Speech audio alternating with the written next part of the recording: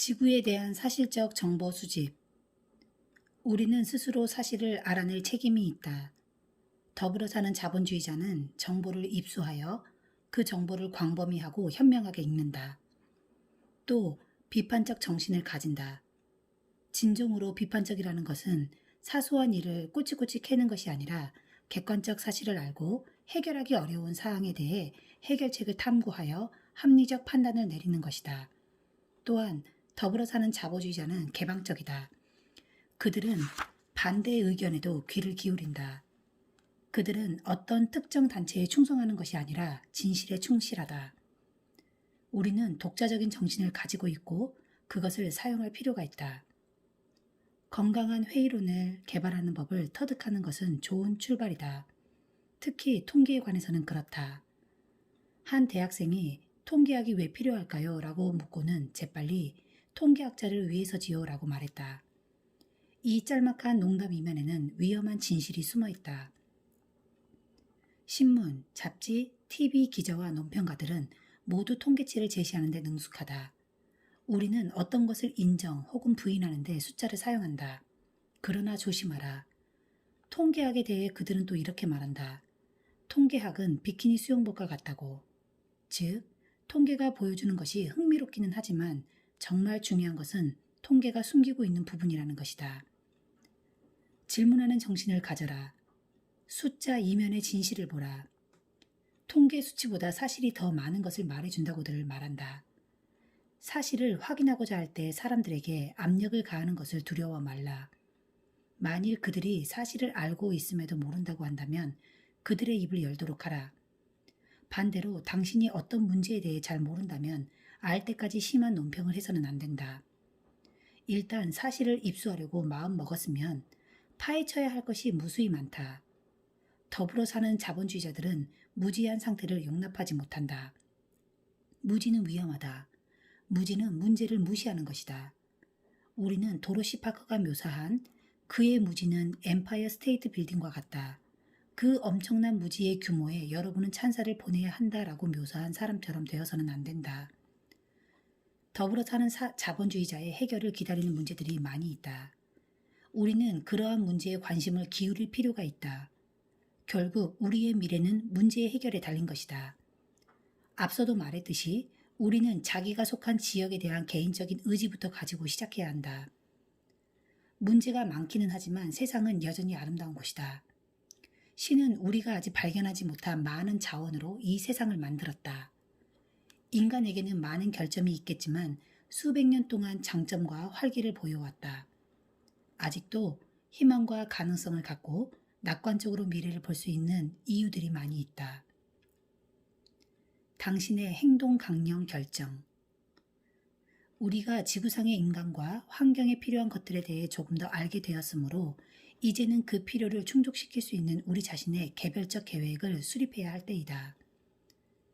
여기 우리가 동정적 행동을 위한 우리의 계획을 수립하기 위해 취할 수 있는 몇 가지 단계를 대략 제시해 보고자 한다. 1. 당신의 고향 또는 이웃에서 당신의 동정을 유발하는 사람이나 환경을 한 가지만 선택한다. 예를 들어 세계의 기아 문제가 아니라 당신이 알고 있는 굶주린 사람 한 명, 전 세계인의 문맹이 아니라 당신이 가르칠 수 있는 한 명의 학생, 화석 연료의 고갈 문제가 아니라 당신의 집에서 재활용을 실천하는 것, 수자원 부족이 아니라 가정에서 수돗물을 아껴 쓰는 것 등에 관심을 기울이라는 것이다. 2. 이런 환경이나 사람에게 필요한 일을 충족시키기 위해 당신이 하고 싶은 일을 정확히 결정한다. 굶주린 가족 하나, 임시로 비상식량을 제공한다. 다른 식량 제공 기관이나 비상 구호 기관에 연락한다. 직장을 구하도록 도움을 준다. 의료, 교육, 교통 문제에 필요한 점이 없나 살펴본다. 당신이 가르칠 수 있는 학생 한 명, 당신의 집 근처에 있는 학교가 개인 교습 자원봉사 프로그램을 가지고 있는지 알아본다. 당신이 나누어 줄 수 있는 시간이 얼마나 되는지 결정한다. 일단 가르칠 학생을 맡았으면 끝까지 성실히 맡아 가르친다. 가정에서의 재활용. 재활용 설명이 되어 있는 소책자나 기사를 찾는다. 가족들과 함께 이 정보를 공유한다. 당신의 지역에서 실시하는 재활용 프로그램에 대해 모든 것을 알아둔다. 차고에 재활용 통을 따로 구비해둔다. 쓰레기 분리수거 작업에 협조하거나 정기적으로 재활용 센터에 재활용품을 갖다 준다. 가정에서의 물 전략. 지나간 수도 사용료 영수증을 모은다. 지금까지 사용한 물의 양을 알아본다. 가족들 모두에게 물을 절약할 것을 부탁한다. 물과 관련된 가전제품 모두에 물 절약 장치를 설치한다. 가족들의 새로운 물 사용법을 위해 목표를 설정한다. 즉, 목욕 시간 및 방법, 인도나 차고 입구에 호수로 물 뿌리는 것 자제, 세탁 및 설거지 시간과 방법, 다음 수도 사용료, 조사 및 목표 달성 시 축하하는 것 등을 목표로 정해놓고 실천한다. 3. 당신이 취할 단계별 행동 계획을 기록해 놓는다. 위의 예시를 참고. 4. 새로운 조치를 실시할 때마다 시간과 장소를 적어둔다. 5. 실제 행동으로 옮긴 조치는 삭제한다. 6. 성공을 축하한다. 당신을 도운 사람도 포함. 7. 다음번에 더 잘하기 위해 실패한 것에서 교훈을 얻는다. 8. 환경과 인간에 필요한 새로운 사항을 정해 처음부터 다시 시작한다. 동정은 집에서부터 시작한다. 만일 위의 예들이 너무 기초적인 것이라면 용서해 주기 바란다. 나는 우리 모두가 고통과 낭비를 종식시키기 위해 얼마나 더 많은 것을 할 수 있는지 알고 있다. 그러나 나는 문제 해결은 집에서 시작된다고 본다. 일단 우리 지역의 인간적이고 환경적인 문제를 처리하기 위한 조치를 실시하면 세계 전체로 확대하기 위해 목표를 늘릴 수 있는 것이다. 동정은 한 번에 조금씩 시작한다. 나는 또한 여러분이 가난한 사람에게 먹을 것을 준다든가 낙제생에게 공부를 가르치는 것, 물을 아껴 쓰고 신문, 유리, 금속 쓰레기들을 재활용하는 것보다 훨씬 더 큰 일을 할 수 있다는 것도 나는 안다. 그러나 이런 조그마한 일에서부터 시작하지 않고서 어떻게 큰 일을 할 수 있을까? 우리가 해야 할 위대한 일은 참으로 많다. 우리는 넓은 의미의 더불어 사는 자본주의도 역시 실천해야 한다. 빈곤은 여러 가지 환경 문제의 주 원인이다. 가난하고 비효율적인 정부 규제 또한 원인의 하나이다. 자유시장과 환경보호운동은 병행해서 실천할 수 있다. 가능하다면 우리는 자립하고자 하는 사람들에게 동기를 찾아주어야 한다. 유엔 환경개발 국제위원회는 1987년 빈곤이 산업화만큼 자연을 파괴시킬 수 있다고 말했다. 잘 사는 나라에서는 선택의 여지도 많다. 그러나 그렇지 않은 나라에서는 개발업자뿐 아니라 가난한 사람들도 식량을 재배하고 가축을 기르며 아이들을 먹이기 위해 아마존의 열대림을 발가벗기고 있다. 결과가 파멸적이어도 그들로서는 어쩔 수 없다는 것을 우리는 너무나 잘 알고 있다. 배가 고픈데 먼 훗날까지 생각할 여유가 없는 것이다. 더불어 사는 자본주의는 더 많은 사람들이 자립할 수 있도록 진정한 희망을 제공한다. 미국과 외국에서 경제적 자립의 가능성이 늘어갈 것이라는 전망은 우리의 상상과 결의에 그치고 있다. 우리는 기업가 정신을 북돋우고 환경 문제에 대한 지역적 해결책을 모색할 수 있는 모든 방법을 강구해야만 한다.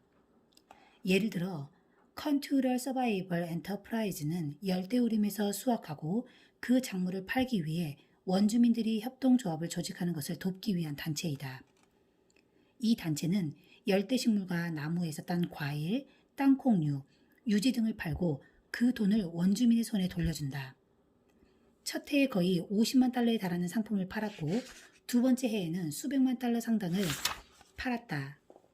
이 단체 덕분에 브라질의 땅콩과 같이 환경 보존에 필요한 열대우림의 작물이 목재보다도 더 큰 금전적인 가치를 갖게 되었다. 열대우림의 협동조합 같은 지역적 해결책은 대대적인 정부 주도 프로그램보다 훨씬 효과적이다. 지역에 맞는 해결은 문제의 근원에까지 접근한다. 가난하고 배고픈 국민들에게 환경 규제를 가하는 크고 비대한 관료체제 대신 국민 스스로가 자구책을 마련할 수 있는 권한을 가지고 동시에 생계도 해결할 수 있는 것이다. 나는 자신의 사업 경험에서 동기, 즉 인센티브라는 것이 세상에서 가장 막강한 힘 중 하나라는 것을 알았다. 만일 우리가 광범위하게 옳은 일을 하기 위한 동기를 제공하면 사람들은 그 일을 해낼 것이다. 나는 사람들이 진정으로 지구와 그 피조물에 해를 끼치고 싶어 한다고는 믿지 않는다. 물론 탐욕스러운 사람들도 있고 단순한 멍청이들도 있을 것이다. 그러나 대부분의 경우 기회와 동기만 주어진다면 사람들은 책임 있는 행동을 하게 된다. 금전적인 동기는 매우 강력하다. 그러나 그것만이 유일한 동기는 아니다.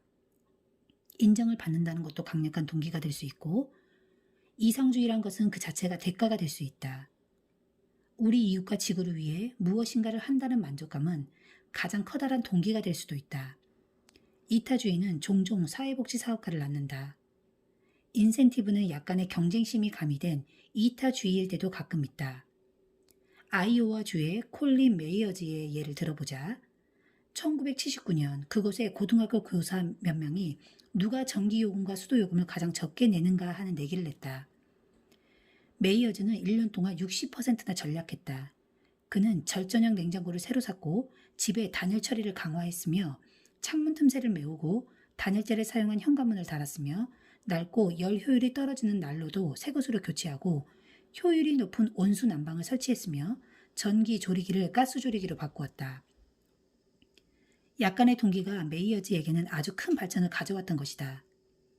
사실 우리 회사는 일반 시민들의 환경보호 활동에 보답하기 위한 기준을 설정해 두고 있다. 시카고 공원 지역의 재활용 프로그램 책임자인 프레드 화이트의 예를 들어보자. 화이트는 재활용 플라스틱으로 만든 목재에 관한 기사를 읽은 적이 있었다. 그는 우리 낡은 놀이터를 이 재료로 지으면 어떨까라는 생각을 가졌다. 플라스틱 목재에 대한 그의 관심은 플라스틱으로 꾸미는 공원이라는 거시적 프로그램으로 발전했다. 팝이라고 불리는 이 프로그램은 버려진 플라스틱 용기를 수거하여 목재로 만드는 것이다. 시카고 시민들은 플라스틱 쓰레기를 시카고 전역에 있는 263개 수거 지역으로 가지고 갔다. 그리고 1989년 이래 거의 모든 시민이 톤 단위로 플라스틱 쓰레기를 모으고 있다. 200만 파운드 이상이 수거되어 시카고 내 663개 공원의 반 이상이 이 건축 재료로 교체되었다. 매립되어야 할 엄청난 양의 쓰레기가 이렇게 바뀐 것이다. 화이트는 이렇게 말했다. 처음에는 비용이 더 많이 들었어요. 그러나 이 재료가 목재보다 3, 40배 이상 더 견고하기 때문에 장기적으로는 오히려 비용이 절약되는 셈이지요. 더구나 보수비도 훨씬 덜 들고 낙서도 방지할 수 있는 부수적 이점도 있었다. 야외 활동을 무척 좋아하는 데이비드 키드는 얼마 전부터 카누를 시작했는데 강 양편에 늘어서 나무의 자연미에 반해버렸다. 그는 이 모든 자연의 아름다움이 중요한 역할을 하고 있는 것도 깨달았다. 키드는 나무는 환경의 진공청소기 같은 것입니다. 나뭇잎 하나하나가 더러운 공기를 빨아들이고 깨끗한 공기를 내뿜지요. 바로 그때 그곳에서 키드는 수백만 그루의 나무를 사서 심을 단체를 만들기로 결심했다. 그는 2년생 묘목 하나에 10센트씩 살 수 있다는 것을 알았다. 그러나 수백만 그루의 묘목을 사려면 키드가 가진 돈으로는 부족했다. 그래서 그는 그 지역의 로타리 클럽과 다른 단체들에게 도움을 요청했다. 그들의 도움으로 묘목을 사들인 후 나무를 심겠다고 약속한 사람이면 누구에게나 나누어 주었다. 오늘날 오하이오주 스타크 카운티에 본부를 둔 키드의 전국 무료 식수운동은 오하이오주 최대의 민영 자원 프로젝트이다. 나무 심기 자원자들은 82만 6천 그루 이상의 나무를 심었다. 1990년 10월에 키드는 부시 대통령으로부터 테디 루스벨트 환경보존상을 수상했다. 키드는 자랑스럽게 이렇게 말했다. 우리는 우리 곁에 일어나고 있는 문제의 방향을 바꿀 수 있다는 메시지를 전국에 전할 필요가 있습니다. 왜냐하면 환경이란 것은 단순히 하나의 문제로 끝나는 것이 아닙니다. 그것은 바로 우리가 사는 곳입니다. 델라웨어 주의 루이스에 있는 케이프 헬로펜 고등학교의 생물 및 해양학 교사인 짐 엘더먼은 학생들이 환경보호에 대해 직접적인 체험을 하도록 도와왔다. 학생들은 환경에 민감한 지역인 대서양과 인랜드 베이지만 근처에 살고 있었다. 지난 몇 년 동안 학생들은 해변 토양의 유실을 막기 위해 3마일 이상의 잔디 언덕을 조성했고 급격히 사라지고 있는 바다 새들에게 인랜드 베이지만이 더욱 알맞은 철새들의 서식처가 될 수 있도록 노력했다. 학생들의 노력 덕분에 델라웨어는 멸종위기에 처한 바다새들에게 훨씬 좋은 환경이 되어갔다. 학생들은 하천을 하나 정해서 오염 여부를 감시했고 프라임 훅 야생동물 보호구역까지 산책로를 조성했으며 갯벌 속의 박테리아 표본을 추출하여 분석했다. 엘더먼은 자랑스럽게 이렇게 말한다. 이 프로젝트는 학생들에게 우리가 환경 파괴 위험이 큰 곳에 살고 있다는 점을 이해시키는 데 실질적인 도움이 되었습니다. 나는 이런 사람들의 이야기를 들으면 자랑스럽고 또 희망적인 느낌이 든다. 그러나 올바른 선택을 하는 것이 가장 쉬운 일이라고 말하고 싶지는 않다. 우리 회사도 우리가 내린 선택으로 상당히 고전한 적이 있었다. 훌륭한 시민이 되기 위해서 값비싼 대가를 치러야 할 때도 있는 것이다. 당신이 얼마나 환경에 우호적인가를 자랑하고 싶다면 당신은 기꺼이 그 대가를 치러야 한다. 우리가 수상한 UN 환경 프로그램상은 우리에게 몇 가지 자기 반성을 한 계기가 되었다. 아직도 환경에 해를 끼칠 가능성이 있는 제품을 우리가 팔고 있는 것은 아닌지 우리 스스로 다시 한번 점검을 해보았다. 그리고 그렇게 많지 않다는 것을 알았다. 그러나 부식성이 있는 배수관 청소제 같은 몇몇 제품이 환경에 피해를 줄 가능성이 있어 보였다. 그래서 그 제품들의 생산을 즉각 중단시켰다. 이 결정 하나만으로도 우리는 수백만 달러의 손해를 보았다. 그러나 그것은 옳은 결단이었다. 우리는 또한 쓰레기 양을 줄이고 재활용을 권장하기 위해 포장 방법의 일부도 바꾸기로 결정했다. 나는 여러분에게 정직하고 싶다. 지구를 위해 결단을 내리는 일 때문에 많은 금전적 손실을 입을 때가 있다. 이런 결단으로 얻게 되는 유일한 단기적 보상이 있다면 깨끗한 양심일 것이다. 그리고 당분간은 여러분 주머니에서 돈이 나와야 한다. 그러나 여러분이 그것을 어떻게 보든 장기적으로는 올바른 결정이었다는 것을 알게 될 것이다. 장기적으로 자원이 보존되고 더 부유해지며 다음 세대에게 기회가 더 많이 주어지고 귀중한 유산으로 이어진다는 것을 알게 될 것이다. 1989년 뉴욕에서 열린 유엔 총회 주회의장에서 아메이 환경재단은 아메이 소장품 중에서 당대의 에스키모인들의 작품만을 모은 전시회를 주최했다. 우리는 그 전시회를 북극의 정복자라고 이름을 붙였다. 우리는 알래스카, 캐나다, 러시아 등 북쪽 끝에 사는 매튜 이필리 같은 에스키모 화가들을 위해 그런 전시회를 개최했다. 그 전시회는 상당한 인기를 모았다. 작품마다 곰, 물개, 고래, 술로, 올빼미, 해마 등 모든 동물들의 아름답고 강한 이미지가 잘 나타나 있었다. 이 동물들은 에스키모인들의 사냥감이었지만 꼭 필요할 때만 사냥하고 그 외에는 항상 존경과 관심의 대상이었다. 에스키모인들에게 동물은 동물이라기보다는 오히려 존경과 경외심을 가지고 대하는 이웃 사촌 같은 존재이다. 그들의 작품에서는 이런 점을 쉽게 찾아볼 수 있고 그 때문에 이 전시회가 성황을 이루었다고 나는 생각한다. 이 전시원은 1989년 이래 순회 전시를 가졌고 나는 1992년 6월 브라질의 리오 데 자이네로로 가서 지구 정상회담에 맞추어 이 전시회를 개최했다. 예전처럼 준비 점검을 위해 나는 좀 일찍 도착했다. 전시회가 아직 공식 개막하지 않아서 전시장을 혼자 둘러보았다. 그러다가 조그만 받침대 위에 있는 하얀색 아기곰을 보았다. 매튜 이필리를 생각나게 하는 작품이었다. 이 곰은 매튜가 저런 미색은 아니었고 흰색과 회색의 대리석으로 만들어진 캐나다의 케이프 두셋 출신 에스키모인인 카카 에시나의 작품이었다. 그러나 매튜의 곰처럼 이 작품 역시 생기로 가득 차 있었고 머리를 한쪽으로 숙이며 이봐 날 좀 봐 라고 말하는 것 같았다. 입은 매튜가 그의 곰을 만들 때처럼 조심스럽게 벌어져 있었다. 단순하지만 믿기 어려우리만치 표정이 살아있었다. 이 조각은 곰에 대한 풍부한 사랑과 철저한 이해로 만들어졌다는 것을 알 수 있었다. 매튜 이필리처럼 카카 애시나도 그의 이웃사촌과 그곳에 사는 모든 생명체들에 대해 잘 알고 있었다. 나는 북극의 정복자 프로그램 첫머리의 머리말을 만들었다. 그것은 이렇게 시작하고 있었다. 그들의 역사와 작품을 통해 에스키모인들은 점점 더 환경 파괴의 결과에 대해 우려하고 있음을 보여주고 있다. 환경은 자연 질서와 조화를 이루어 존재하는 것이 가능하고 또 꼭 그렇게 되어야만 한다. 이 모범적인 자연과의 공존은 그래서 더욱 특별한 의미를 가진다. 에스키모인들은 지구에서 가장 지독하고 어려운 여건 속에서 수천 년을 견디며 살아왔다. 그들은 단지 생존만 한 것이 아니라 이 전시회가 보여주듯이 풍부한 예술 유산도 남겼다. 내가 사는 지역, 국가, 세계에 대한 나의 꿈은 그들 역시 에스키모인들처럼 수천 년 동안 생존해 갔으면 하는 것이다. 그런 일이 일어나기 위해서는 매튜 이빌리가 자기 이웃을 이해하는 것과 똑같이 우리 이웃을 알고 있어야만 한다. 우리는 그들을 속속들이 알 필요가 있다. 그리고 잘 돌보아야 한다. 개인으로서 우리 각각은 모두 많은 일을 할 수 있다. 그러나 이런 일은 가정에서부터 시작되어야 한다. 그리고 우리 모두는 옳은 일을 하는 사람들에게 동기와 기회를 제공하는데 모든 힘을 쏟아야 한다. 정부와 다른 단체에서 우리의 일을 대신해 줄 것이라고 기대해서는 안 된다.